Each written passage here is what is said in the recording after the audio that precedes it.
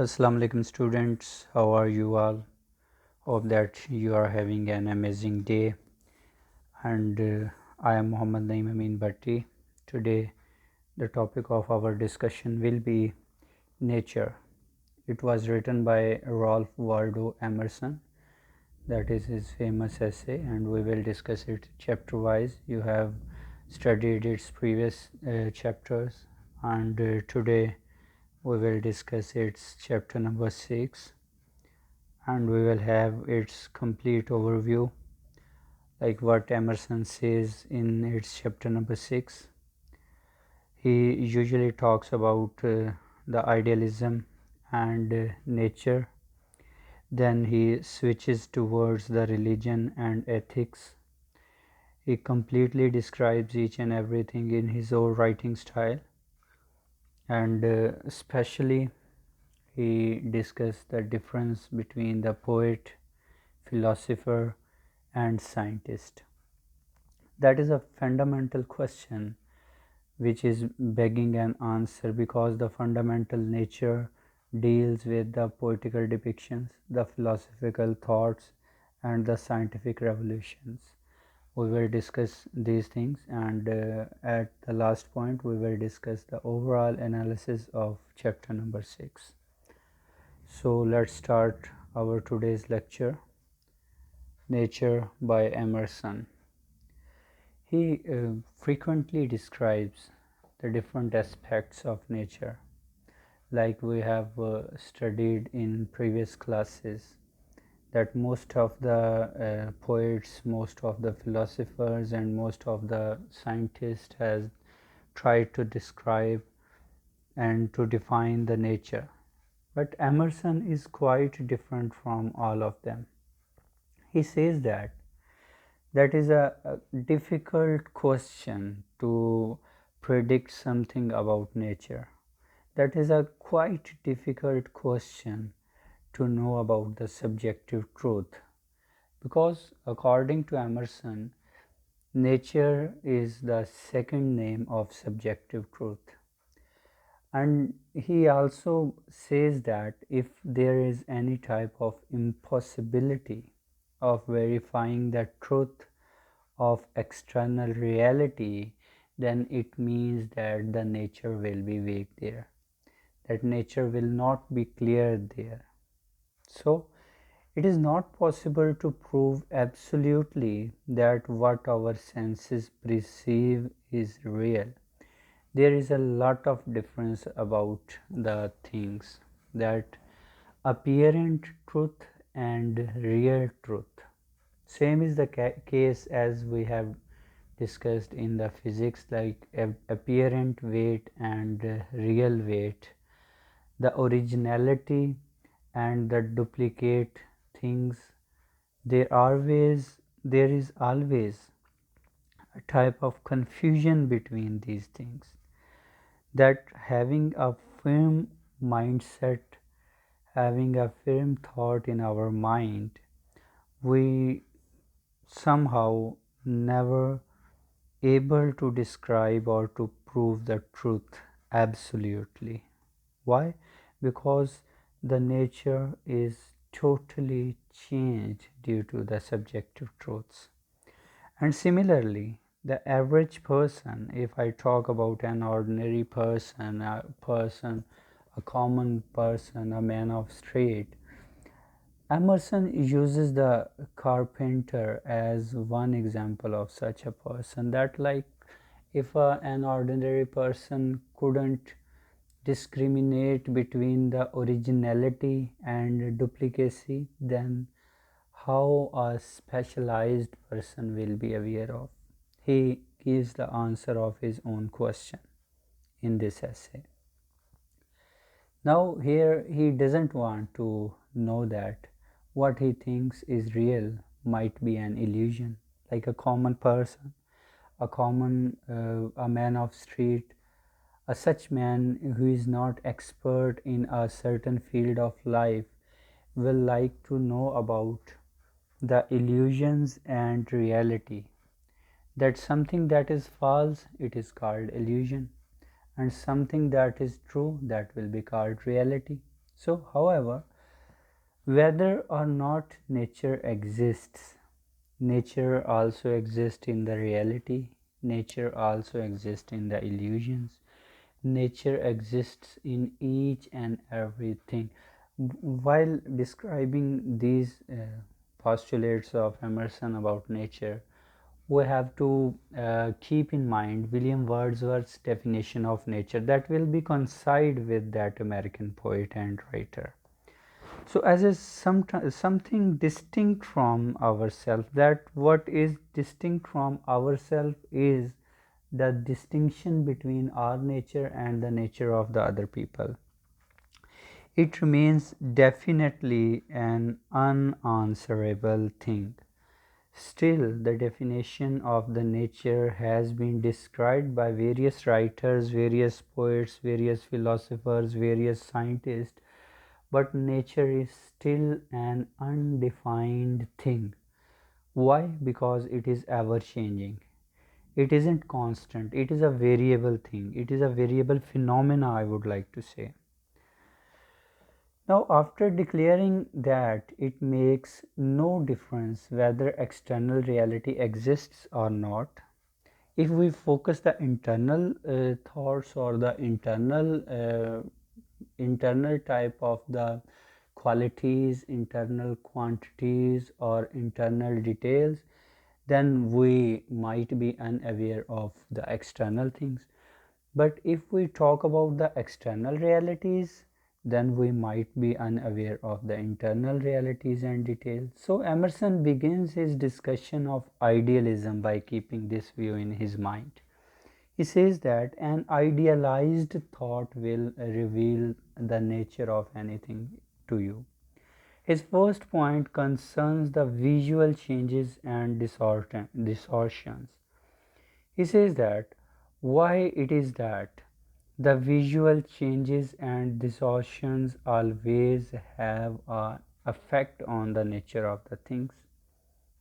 He says that the mechanical apparatus has changed the life of the human being, not only the human being, but life of each and everything on this earth. So by our physical changes means that the internal and external, both of the changes which occupies by the structure of that thing, and the changes which describe the physique of that thing. So the way we interact with our environment is always very special for Emerson. He talks about the idealism. He says that the changes and distortions always leads us towards the idealism. What is the definition of idealism? A true idealized thing is the supposed thing in our mind that it might be perfect.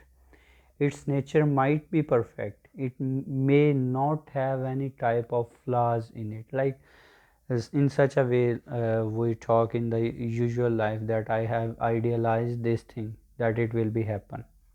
So the nature has the similar impact as the idealism has on our personality. It emphasizes the separation between ourselves and nature.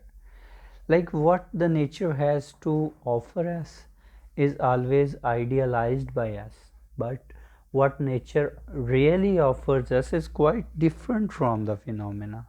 I would like to explain the example of one student who says that I will got the 1000 plus marks in intermediate, but he or she got only the 850 or something marks.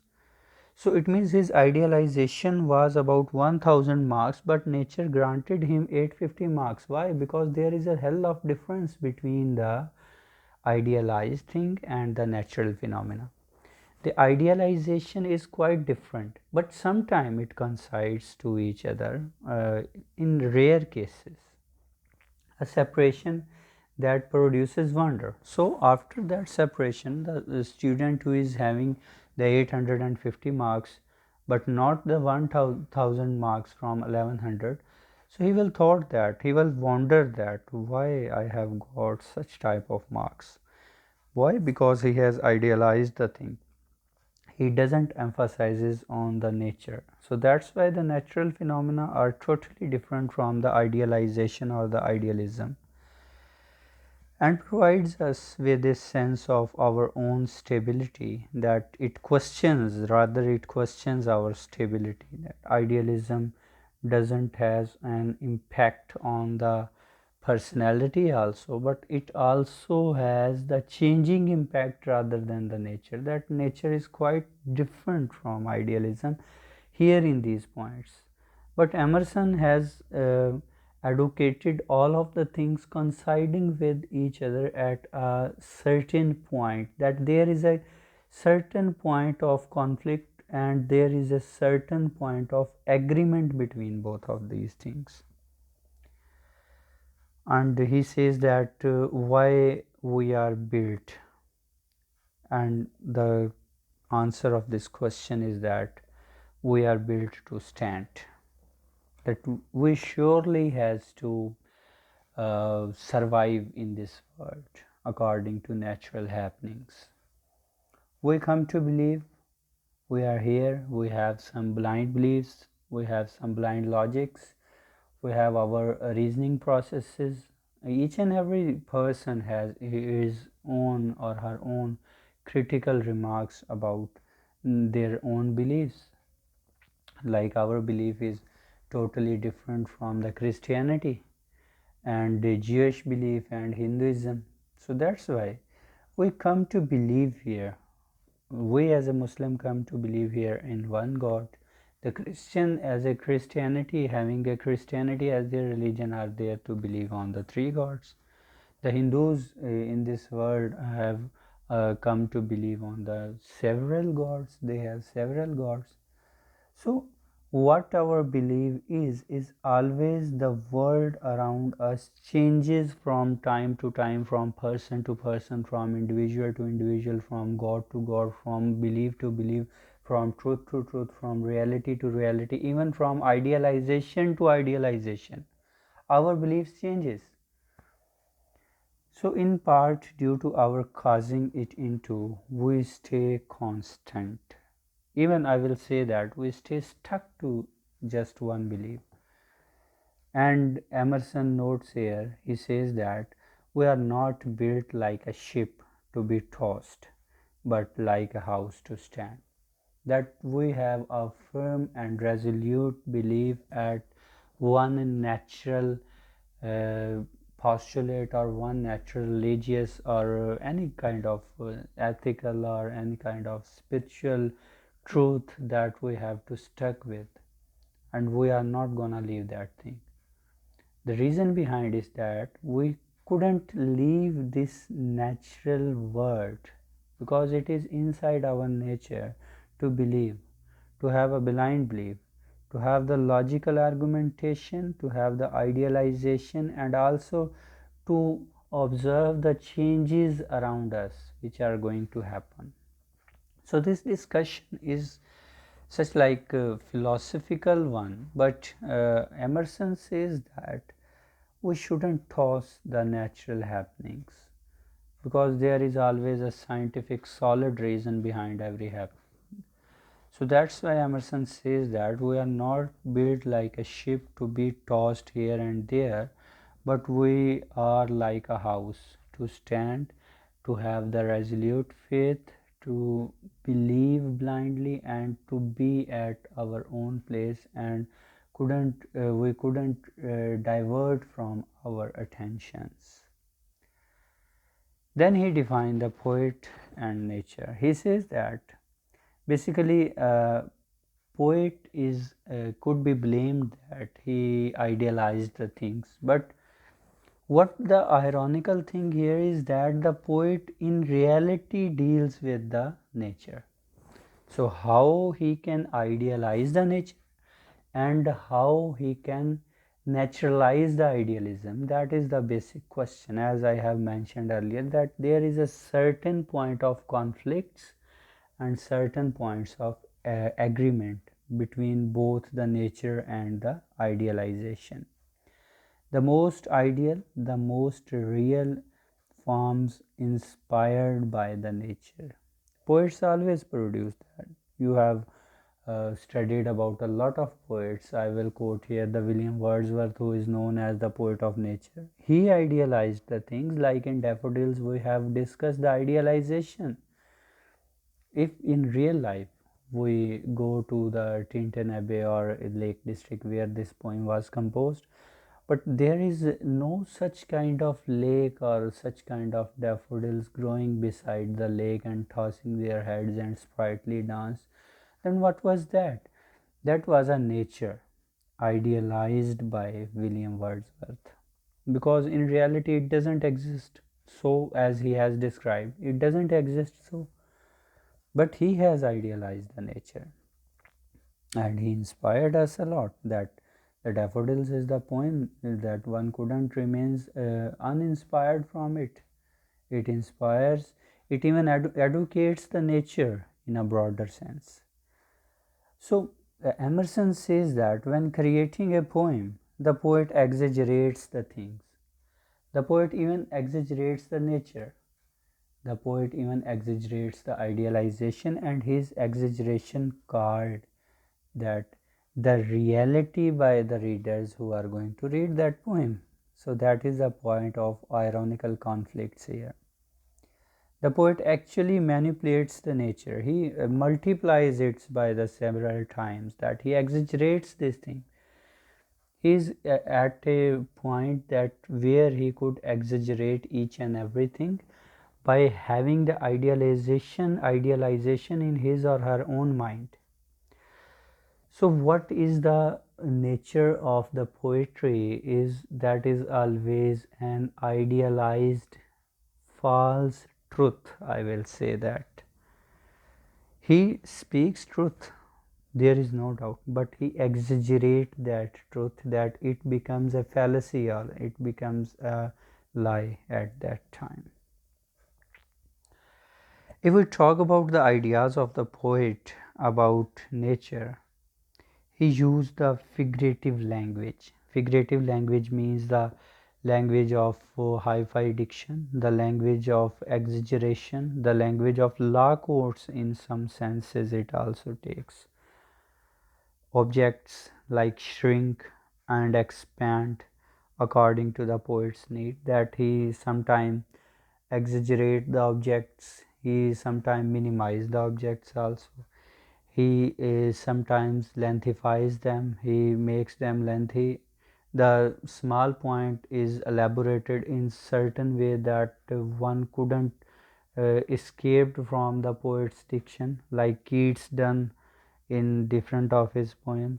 But sometimes he minimize all the things that he uh, talk about the different many explanations in a one or two lines.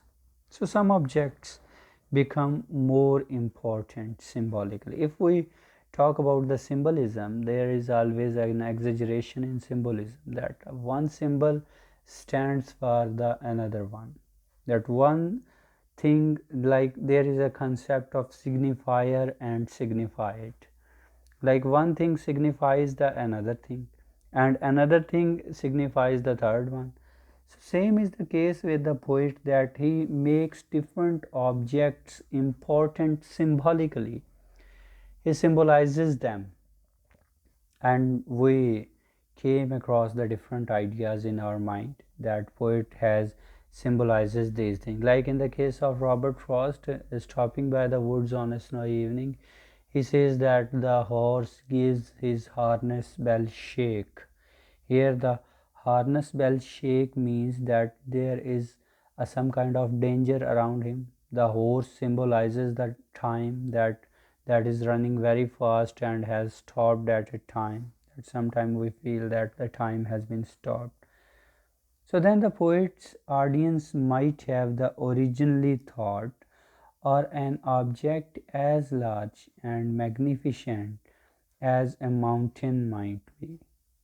Like we think that a small object could become a mountain by idealization or by imagination or by exaggeration, by figurative language, or a mountain could be made a small stone by exaggeration and hi-fi diction, like the figurative speaking.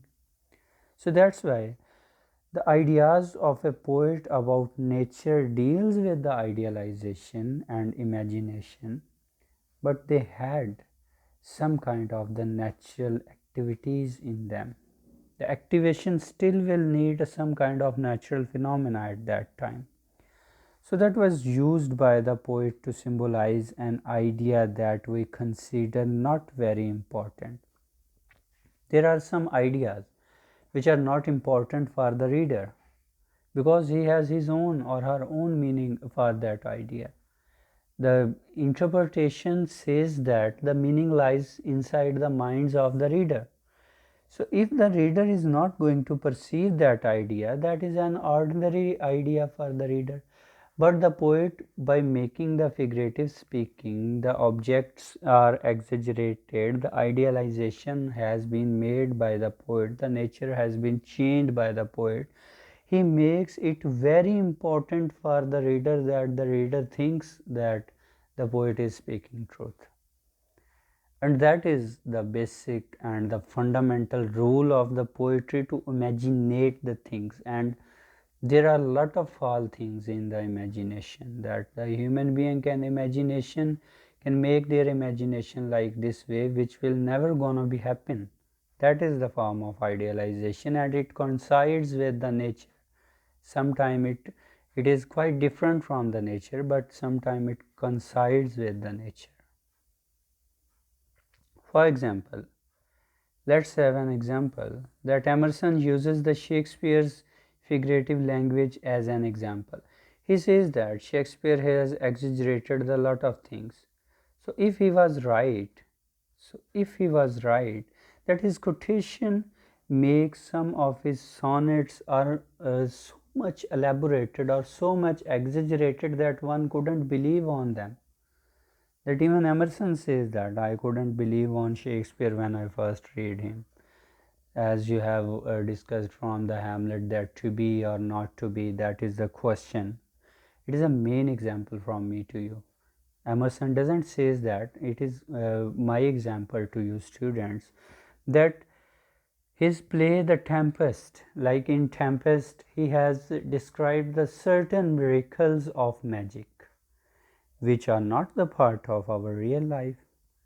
That in Tempest his characters used to do the magic, and even the concept of Ariel and Miranda, the daughter of Prospero at that time, it says that such things hasn't been changed.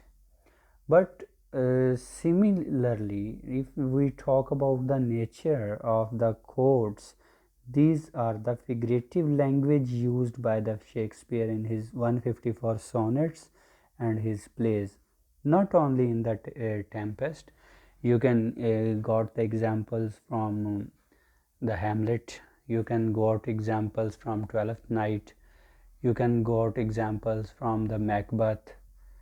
So all of the dialogues from the characters has been exaggerated and idealized, that this thing will happen and that happens at that time. That is the quite contrary to the nature, that one couldn't predict the exact situations like the characters of the William Shakespeare predicts. He cites that Shakespeare's metaphor of time as a chest out of which a lover cannot escape to get to the beloved. And he thinks that, and especially the prophecy at that time, that it will happen and that happens. Not only in the Shakespeare. I will talk about the Sophocles drama, the very famous drama, Oedipus Rex, that there the says that oracle says that this particular child will kill his own father and will marry to his own mother, and it happens. That is the metaphor of time. That is the quite fallacy of the time and the exaggeration of the poet's idealization, which contradicts to the natural phenomena at that time.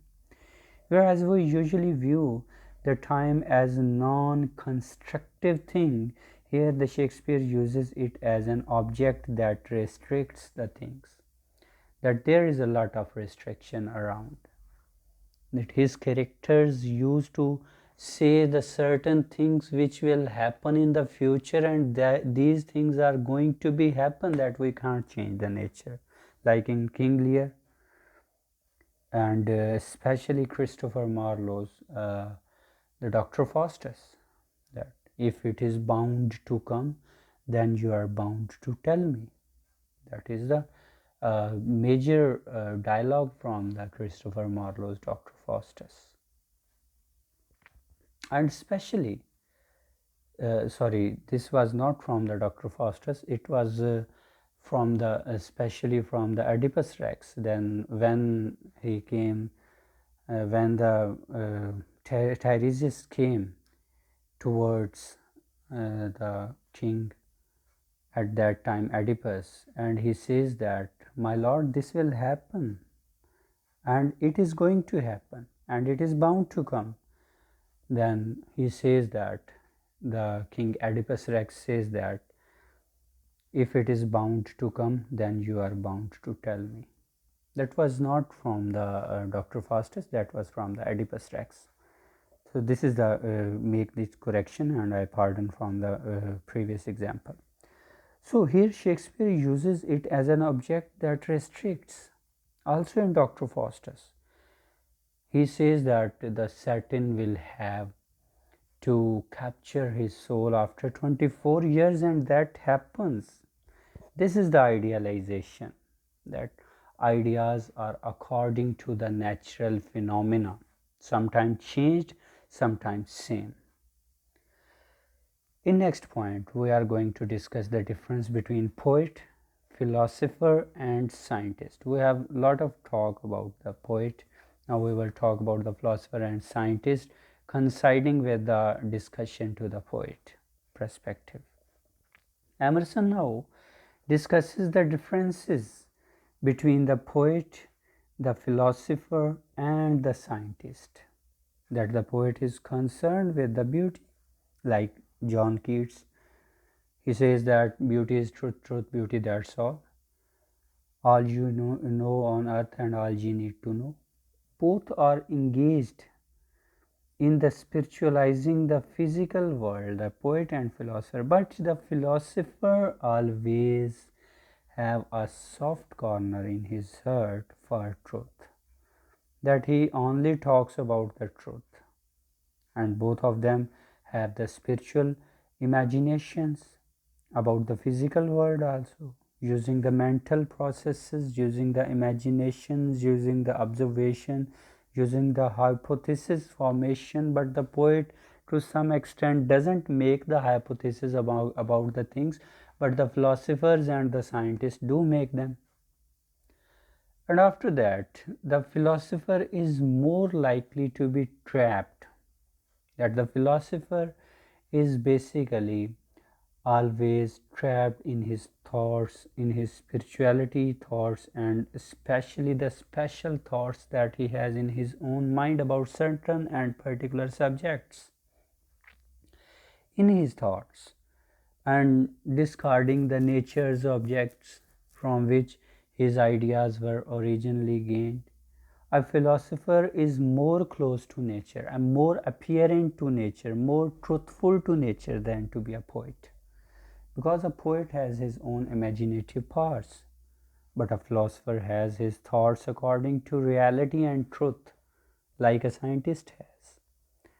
So, in contrast, the scientists and especially the mathematicians rely on the abstract reasoning. That what is mathematics, which is called the mother of all sciences? It is analytical reasoning, the logical, inductive or deductive reasoning, which is quite abstract at that time when a certain person couldn't got that answer of a particular question. So he says that, Emerson says that the poet always uses the imagination and idealization. The philosopher uses the originality and truth, and the scientist uses the abstract reasoning to prove that truth, and he is also comparably close to the truth than to the poet, and especially rather than the physical observation. Some scientists also do the physical observation, that is particularly for the mathematics people, that the mathematicians do the abstract reasoning. But there are some other scientists like the biologist and the chemist who do the solid reasoning, the reasoning based on the proper facts and figures, the reasoning which is always based upon the observation, their analysis. After that they make the hypothesis. After having a hypothesis they make a theory in their mind. Then they have different type of experiment on certain topic. After experimentation they prove, or they improve their skills, they prove that thing and it becomes the law and principle. After that there is a complete publication of their knowledge by different sort of things, like having, like writing journals or publishing the books or the papers, etc. So all of these three type of people, like poet, philosopher and scientist, are different from each other, but they have also some similarities among them. The poet, philosopher and scientist makes a certain difference, but the philosopher dismiss nature's objects like an outcast corpse once they are through using them, and the scientist fails even begin with an object as the starting point for their work. That all of three of them has the flaws in their work and their mode of working. The theme of accessibility is present in this section, that poet has his own access towards nature, philosopher has separate different but his own access towards the nature, and the scientist has separate different and his own access towards the nature. Emerson notes that although the great ideas are accessible to the few people, but these great ideas always need some kind of reasoning that should be logical, that there is always a certain type of scientific logical reason behind every happening, that all persons are capable of training themselves in the art of critical thinking. All of them are critical thinkers, there is no doubt about that.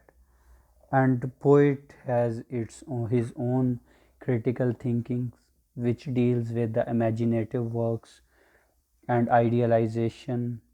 Philosopher has his own critical thinking, which deals with the truth and reality of this world, and scientist has his own critical thinking, which is based on the observations, calculations, experimentations, analytical reasoning, and making the theory, law and principles, etc. So though the mode of working is different of all of these three, poets, philosopher and scientist, but we can say that all of them are in the form of, as a form of apparent reality and the exaggerated reality, the real things and the vague things, they deal with them. And the vagueness always leads us towards the apparent things, and the apparent things always leads us towards the vague things, that each and everything has been interconnected. I will like to talk about the Charles Darwin's theory of human evolution. He was a biologist. He says that the human beings are evolved from the chimpanzee. That is not correct up to some extent for some people, but many people believe these things. Though it might not be true, but it is still close to the reality. That idealization might not be a truth, but it is always a still having a closeness towards the reality. We will talk about the religion and ethics. Emerson says that the relationship of ethics and religion is always towards the nature, that ethics has its own relation to the nature and religion has its own relation to the nature. The last point that Emerson considers while discussing the idealism and idealization, he says that these two disciplines relegate the nature to an inferior position. That if we keep these three things, ethics, religion and nature, so what will be our first choice? That will be religion. Or if some people are atheist, they doesn't believe on the God, they will choose the ethics. But all of these three things are interconnected to each other, like the poet, philosopher and scientist were interconnected in the previous slide. So the nature becomes inferior in front of religion. Why? Because religion is a belief, nature is a postulate. Religion is a reality, nature might be imaginative. Religion is a solid type of statement, a law, principle. Nature might be theory or hypothesis. So, in a scheme of values that regards the spiritual truth as the only valid truth, that spirituality, some people gives importance to the spirituality, like most of the people among us like to read the Maulana Rome or Sheikh Sadi. Here Emerson quotes that even the truth is the only ultimate and the valid thing which lies in the spirituality. So if we are going to discuss the spirituality, if we are going to study the spirituality, it means that we are studying about the truth. Truth is the ultimate thing and the basic backbone of the spirituality. Emerson says about the Sheikh Sadi that he has written the pretty much things in the true manner, and Sheikh Sadi was a philosopher. He used to write about the different spirituality subjects or the spiritual subjects, like on the religion, on ethics also. Their parables, his parables are most famous. Emerson says about them that these are the food for thought. Why don't you have indulged these things in your thoughts to make your thoughts grow up? These are the remarks of Emerson about the spiritual things of Sheikh Sadi. So, further talking about the religion and ethics, Emerson says that the religion urges the individual to deplore the physical world, that how to explore and how to make use of the physical world. That was by Emerson. He says that he distrusts the body. He says that body is nothing. Each and everything is in the soul, and soul is the basic driving force of our body. If there is no soul, it means that there is no body. It means that we have no use of body. That is the spirituality. And both ethics and religion put the nature underfoot, that if we categorize the religion, ethics and nature, we will firstly we will place the religion at second place, we will keep the ethics, and at third we will place the nature, that nature is quite inferior in front of religion or ethics. So recommending that the individual focuses on the nature's totality, that nature is a complete package, but religion is a complete code and conduct of life. Emerson cautions against the excessively detailed inquiries into the ethics and religion. If we have an overall analysis of this chapter number 6, we come to know that Emerson asserts the power and the importance of ideas, that what ideas can do, it can make the true things false, can make the false thing truth, can make the small things big, can make the big things small, can exaggerate the each and everything, can manipulate the each and everything, and it can minimize or maximize the each and everything. These are the importances of ideas, that idea is always very important. Idealization is always very important to know about the truth of the nature. Again, using a circle to symbolize the interrelated universe, that people and nature, that different people have different nature. Different nature might accept the different type of people. Some people are very jolly, some people are very imaginative, some others who are very serious ones. So nature changes from individual to individual, from person to person, from time to time, from place to place. He emphasizes that the universal ideas grounding us in this world are products of Supreme Being. That if we are truly the occupiers of the God's Khilafat in this universe or in this world or at this earth, that if we are truly the assistant of God, then we should have idealized all the universal thing, having the natural phenomena in our mind. And because the Supreme Being is only the Allah subhanahu wa ta'ala or the gods or the Lord, so that's why we are the products of them, because they have the command over nature, they have command over our ideas, they have command on our thinking, they had command over our each and every aspect of life that we do or wanna do. So here is the true definition of nature, that we couldn't do anything without the permission of the gods. We are just the puppet in the hands of God. They kill us for their sport.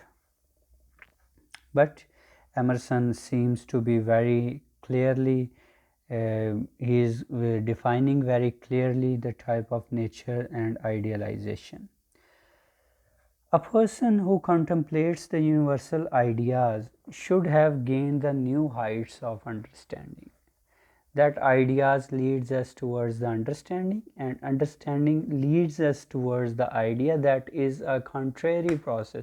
That is the process which is a two-sided process. That is an irreversible process. Sometimes it agrees at a point, and sometimes it disagrees at a point.